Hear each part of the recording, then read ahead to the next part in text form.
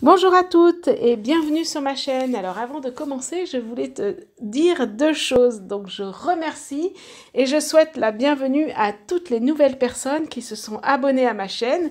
Merci pour votre confiance. Alors aujourd'hui, je voudrais te faire un podcast.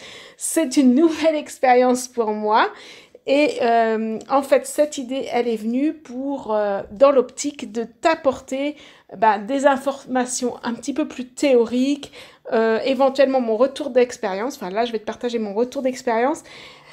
Et puis éventuellement peut-être interviewer d'autres personnes qui font de la couture.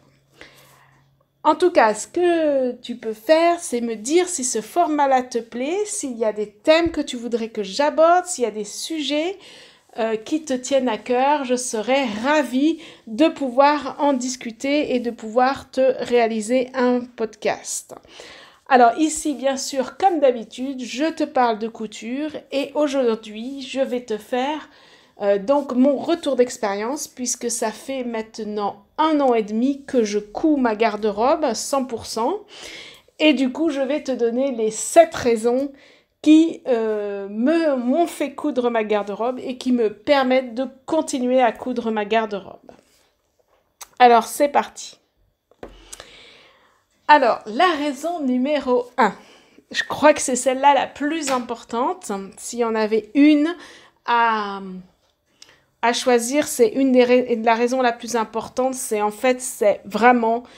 prendre soin de soi et se donner de la valeur. Ça, c'est vraiment quelque chose que j'ai appris en cousant ma garde-robe. Alors avant, ma dernière fois que je suis allée dans un magasin de vêtements, c'était un été où la mode des jupes, c'était des jupes élastiques. Alors bien évidemment, moi j'ai une taille marquée et j'ai des hanches qui sont assez larges. Donc ça me fait 2 tailles différentes et j'ai essayé je ne sais combien de jupes et c'était toujours le même problème qui était que si ça m'allait à la taille, ça ne m'allait pas aux hanches, donc je ne rentrais pas dedans. Et si ça allait à mes hanches, ça ne rentrait pas à ma taille puisque je flottais dedans. Tout ça parce que c'était élastique en fait. La ceinture était élastique. Ce qui fait qu'en fait, j'ai acheté 2 jupes. J'ai pas eu trop le choix. Enfin, j'ai acheté 2 jupes qui m'allaient, qui entraient dans les deux. Et en fait, c'est un peu ça que je voulais partager. En fait, c'est que depuis que je couds ma garde-robe, je suis plus dans... je prends ce qui me convient et je vais vers ce que j'aime, en fait. Là, j'ai été obligée de choisir ces 2 jupes. C'était pas forcément celle que j'aimais en premier et celle que j'aurais choisie en premier. Alors que maintenant, en fait, en cousant ma garde-robe, je vais choisir ce que j'aime. Et je vais faire en sorte que ça m'aille à mon corps. Et ça, c'est vraiment très important parce que du coup, je suis beaucoup plus rentrée dans ce que j'aimais. Et j'ai dû définir ce que j'aimais. C'est-à-dire, moi, par exemple, j'aime les petites fleurs, j'aime les tissus qui sont assez naturels, etc. Et il y a certaines couleurs que j'aime, le rose, par exemple, etc., etc. Et du coup, je suis devenue actrice de ma garde-robe et du coup de mon corps aussi, que j'adapte à mon corps. J'ai pu du coup constater et découvrir, parce que ça c'est quelque chose que j'ai découvert aussi, c'est une hypersensibilité avec les matières. Et en fait, je me suis rendu compte qu'il y a des matières que ma peau ne supporte pas. Il y a des matières que je ne peux pas porter, que je portais avant parce que mais que si je fais attention, il y a des matières, je n'aime pas les porter. Et au contraire, j'ai découvert des matières que je trouvais super agréables, comme par exemple le double gaze. Ça, c'est une matière que j'ai découvert, c'est un coton un petit peu particulier. Et pour l'été, il est très bien, ce coton. Et ça, j'ai découvert ça. Voilà, du coup, ça, c'est vraiment dans un choix de matière. On en reviendra dans un autre point, dans une autre raison, mais c'est vraiment ça. Et du coup, je me suis beaucoup plus adaptée à qu'est-ce que j'avais envie, qu'est-ce que mon corps a envie. Et du coup, petit à petit, j'accepte mieux mon corps tel qu'il est. Et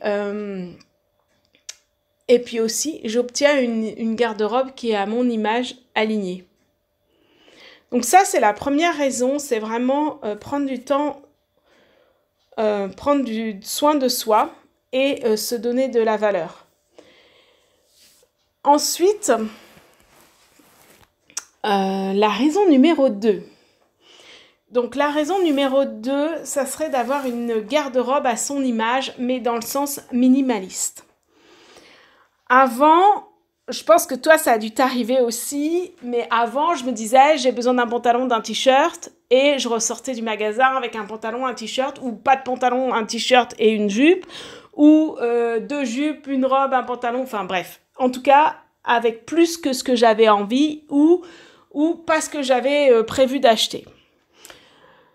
Et en fait, maintenant, une fois que tu couds ta garde-robe, si tu te dis que tu as besoin d'un pantalon ou d'une jupe, peu importe, tu vas pas t'en coudre 10, tu vas t'en coudre une.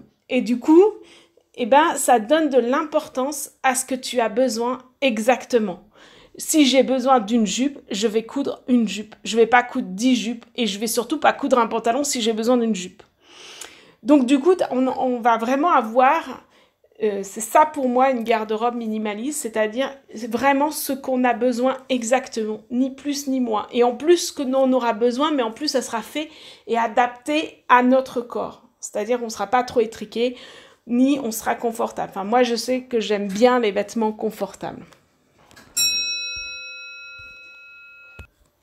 Ouais, moi je sais que j'aime bien les vêtements confortables et du coup, en plus, j'achèterai pas quelque chose qui au final ne me va pas, est trop court et ceci, cela.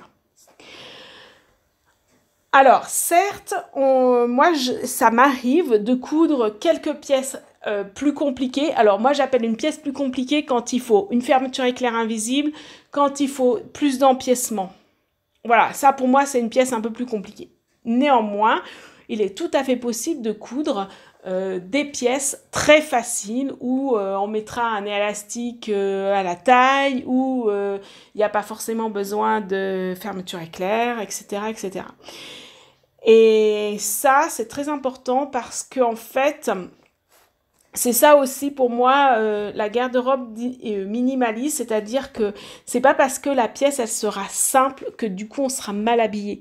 Bien au contraire, parce qu'en fait c'est pas des histoires de simplicité ou de complexité dans la couture de la pièce, mais pour moi c'est des choix de tissu, c'est des choix de forme. Et après, une fois qu'on a l'habitude, l'avantage, c'est qu'une fois qu'on a l'habitude d'un patron, on peut le hacker à l'infini comme on veut et comme on souhaite.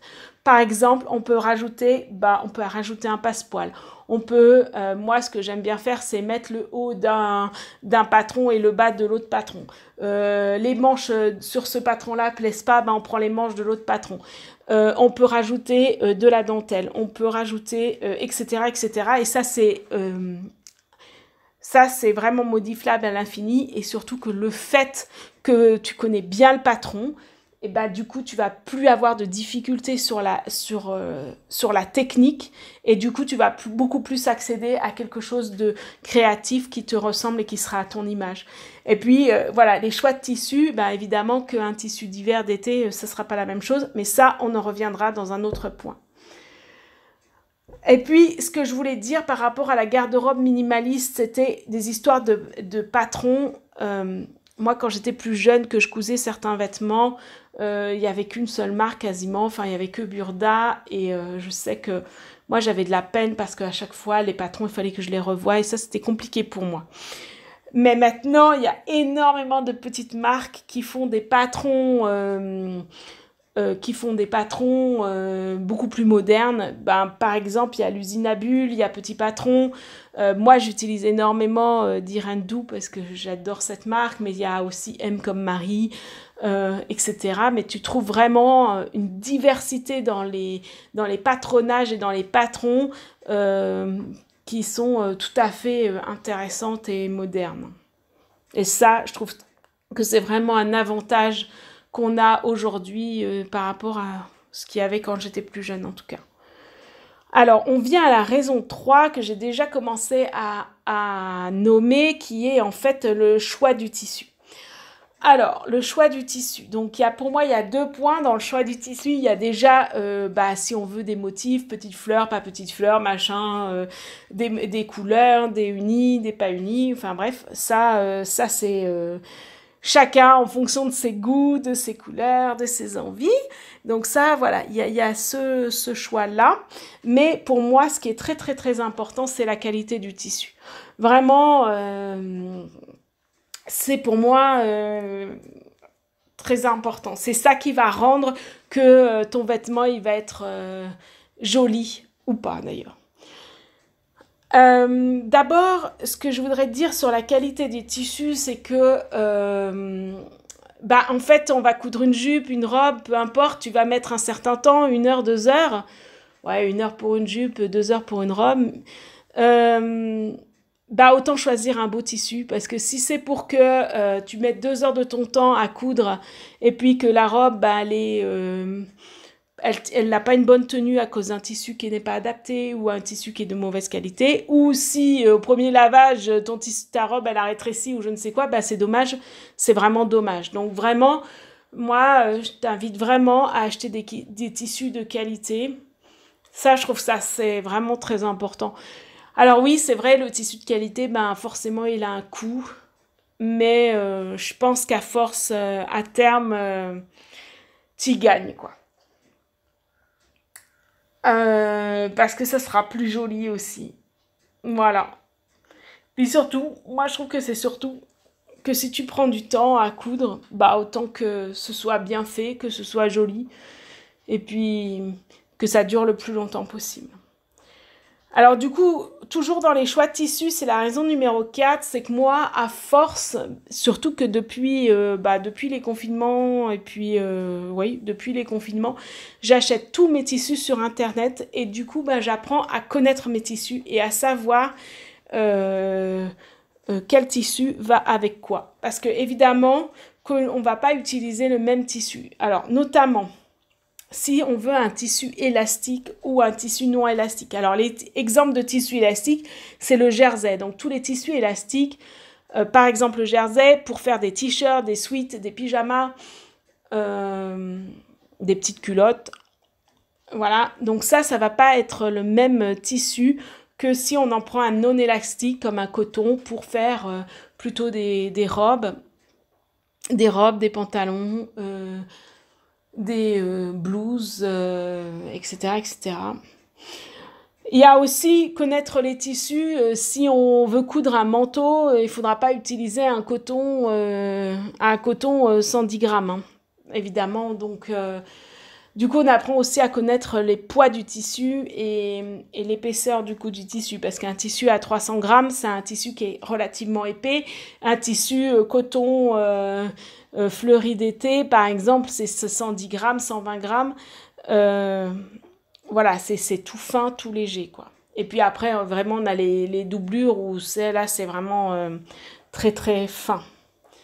Ensuite, il y a les tissus que l'on va prendre pour l'été et les tissus que l'on va utiliser plutôt pour l'hiver. Par exemple, la flanelle, on va l'utiliser plutôt pour l'hiver puisque ça va être un tissu qui est relativement chaud. Et un tissu pour l'été, par exemple, un double gaze pour l'été, je trouve que c'est hyper respirant. Pour les enfants, c'est vraiment nickel. Alors, pour l'été aussi, pour faire des petites robes pour les enfants, le jersey est vraiment idéal aussi. Idéal aussi. Après, le poids du tissu va jouer aussi, parce que comme ça, vous pouvez savoir si c'est un tissu lourd ou léger. Évidemment, un tissu 300 grammes, voire 200 grammes, il est beaucoup plus lourd qu'un tissu 110 grammes. Bon, ça, c'est une évidence.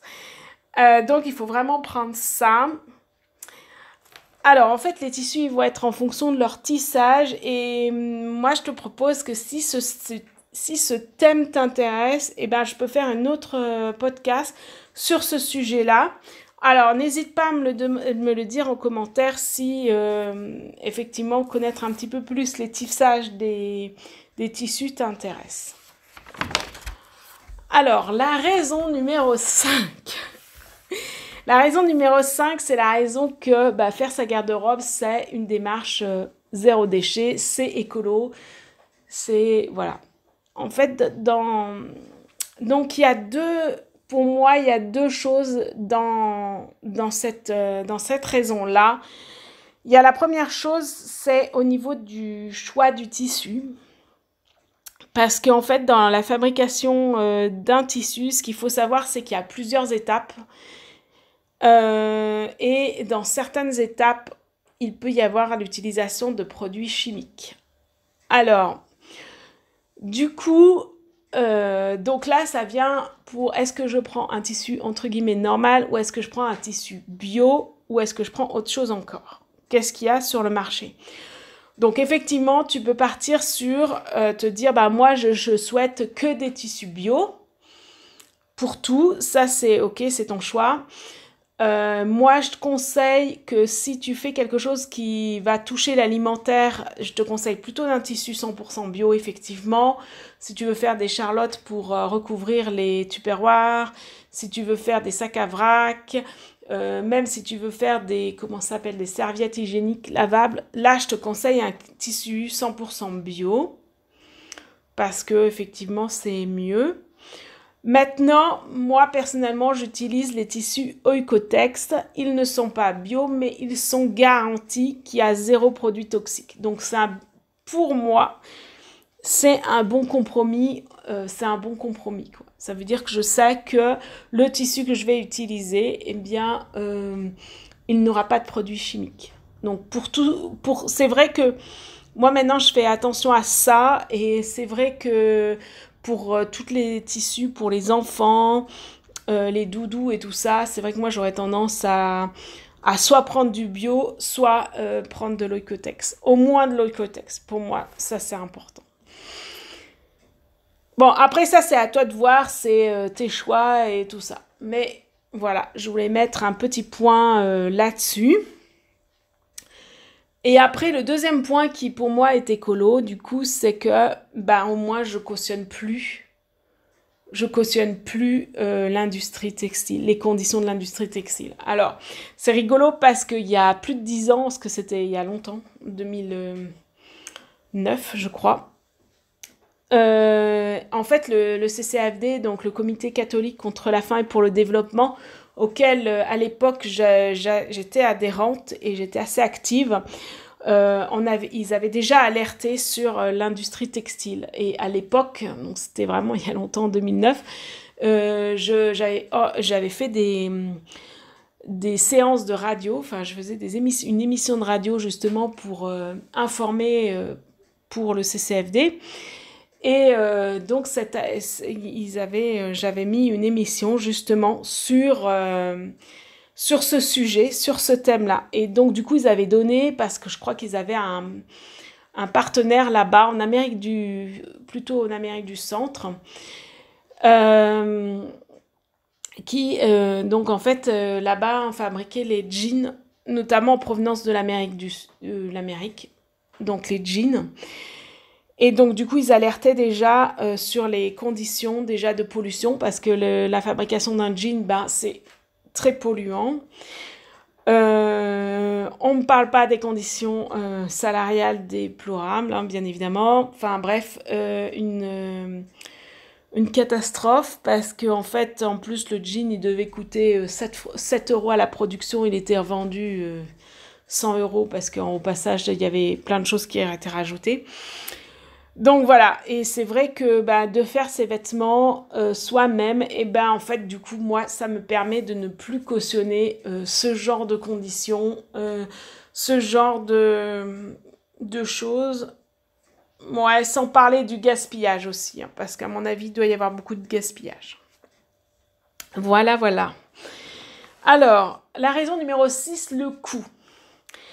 Alors, la grande question, est-ce moins cher de réaliser ces vêtements? Alors, en réalité, moi, personnellement, j'en sais rien. Réellement, j'en sais rien. Je pense qu'il faudrait comparer ce qui est comparable. Donc, si on compare ce qui est comparable, je pense que oui. Maintenant, évidemment que comme on peut avoir des vêtements pas chers de seconde main, bon, voilà. Mais ce que je peux dire, c'est que comme je découvre que ce que j'ai besoin, Du coup, je ne vais pas dépenser plus en fait. Moi, personnellement, je fais à peu près une commande de tissu tous les 3 mois qui me coûte à peu près 120-130 francs, puisqu'on est en Suisse. Et avec ça, je réalise ouais, 3-4 habits. Donc, voilà ce que ça me fait à peu près au niveau coût. Par contre, ce que je voulais dire au niveau du coût, c'est qu'en fait, si tu commences, c'est que le matériel de base à l'investissement, je trouve qu'il est vraiment très abordable. Il n'est pas très onéreux. Vraiment, au jour d'aujourd'hui, une machine à coudre, ben, ça coûte pas forcément très cher. Tu peux vraiment avoir des qualités au premier prix à environ 150 francs et une électronique à moins de 400 francs. Tu peux bien sûr les acheter d'occasion. Tu peux encore trouver moins cher. Enfin, en tout cas, le prix de base, enfin, le prix d'une machine à coudre, vraiment, ça reste abordable, en tout cas pour démarrer. Après, évidemment, si tu veux acheter une machine à coudre un peu plus perfectionnée, avec plus de choses, évidemment, ça sera plus cher. Mais pour démarrer, je trouve que l'investissement de base, il est quand même assez correct. Donc après, il te faudra du fil, bon, après, tout ça, mais voilà, je trouve que le coût est assez pas mal. Et enfin, la dernière raison pour laquelle je continue à coudre ma garde-robe, eh bien, c'est que pour moi, ça reste du challenge. Alors oui, au départ, quand je me suis lancé le challenge, c'était en 2020, où je me suis dit, cette année, je couds ma garde-robe. Évidemment que j'en menais pas large, et je me suis dit, mais est-ce que tu vas y arriver? Est-ce que c'est pas trop? Est-ce que... Bon, après, je suis un peu toujours comme ça, donc voilà, évidemment. Mais ça reste un challenge. Et ouais, et moi, c'est vrai qui apprécie et qui aime bien faire de temps en temps des petits challenges. Bah, ça me booste, ça me motive, ça m'oblige à aller sur des techniques aussi où j'ai pas forcément l'habitude. Voilà, au départ, j'avais jamais cousu un t-shirt et puis bah oui, un jour il m'a fallu un t-shirt et ben ouais, il a fallu le faire et quand je me suis rendu compte que c'était pas si compliqué que ça et que ben voilà, ben j'étais contente de moi en fait. Oui, ça m'oblige à coudre des choses que j'avais pas forcément l'habitude de coudre. J'avais pas forcément l'habitude de coudre du jersey par exemple. C'était vraiment pas quelque chose que je cousais avant et maintenant je le couds. À un moment donné, je me suis dit bah je vais coudre mes petites culottes.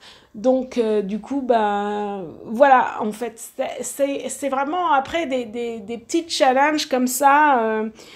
Alors, pas systématiquement, mais c'est vrai que je vois que de temps en temps, bah voilà, coudre un manteau, par exemple, cet hiver, il a fallu que je couse un manteau.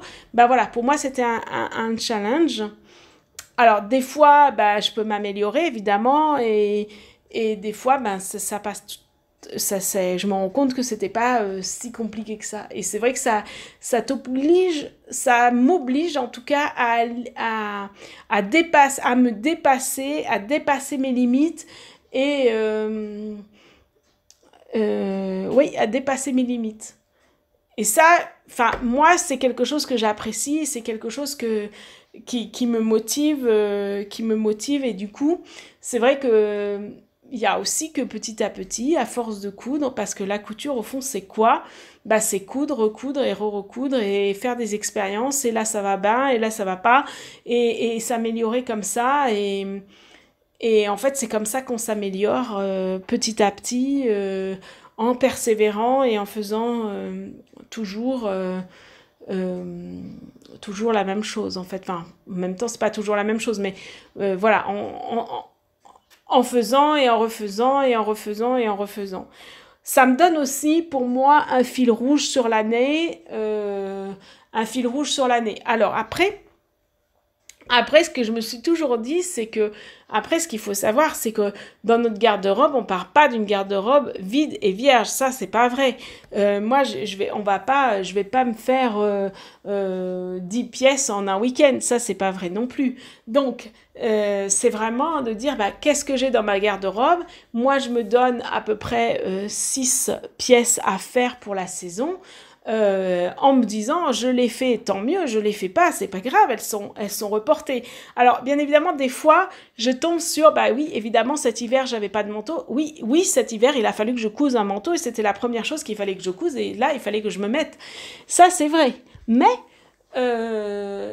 et ça m'a obligée à dépasser cette limite par rapport à ça, mais voilà c'est pas non plus des pièces bon, voilà quoi, si je me suis dit que je cousais une jupe puis que je l'ai pas cousue, bon, je me retrouve pas toute nue non plus. Voilà, c'est ça que je veux dire en fait. C'est que vraiment, il faut y aller tranquillement, faire ce qui nous fait plaisir. C'est vraiment, je trouve que c'est, en tout cas moi, je conclurai sur ça, c'est que faire ma garde-robe pour moi, c'est vraiment un plaisir qui va se retrouver bah, tout au long de l'année avec des challenges, un plaisir qui va faire que, en fait, au final, bah, sur certaines pièces, je vais être fière de moi, sur d'autres, non, mais sur d'autres, un peu moins, mais c'est pas grave, parce que j'aurai toujours appris quelque chose, et, euh, et voilà. Et en fait, c'est vrai que la conclusion de ce podcast, eh bien, c'est que vraiment, c'est petit à petit, moi, euh, je commence à accepter mon corps tel qu'il est. Je commence à me faire du bien avec lui parce que c'est vrai que bah, quand j'allais dans les magasins avant et que j'essayais 10 500 trucs parce que ça n'allait pas, je rentrais pas dedans, bah, au final je sortais du magasin bah, euh, décontenu, enfin décomposé en me disant ouais je suis trop grosse, je suis trop ci, je suis trop ça, oh là là ça va pas, il y a rien qui me va, je suis un, je suis un sac à patates, etc., etc. En fait, j'étais plus dans une dévalorisation. Et au final, ben, de coudre mes habits, et ben, moi, ça me permet de me valoriser, de me dire, ah bah ouais, en fait, tiens, ça me va. Ah bah tiens, ça me met en valeur. Et tout d'un coup, ben, je prends vraiment, je pars de quelque chose que j'aime et j'essaye de le faire adapter à mon corps et c'est ça qui est important pour moi et c'est ça qui me fait continuer à coudre ma garde-robe et c'est ça qui me pousse à vous dire mais faites-le, c'est tellement génial de se faire des habits pour soi qui seront uniques, qui seront ouais, uniques et qui seront adaptés à toi, qui sera adapté à toi et pas à quelqu'un d'autre, quoi. Et ça, je trouve ça génial. Voilà, voilà. Donc, je vous ai tout dit sur mon retour d'expérience. J'espère que ce podcast t'aura plu. Et puis, je te retrouve à très vite pour de nouvelles aventures.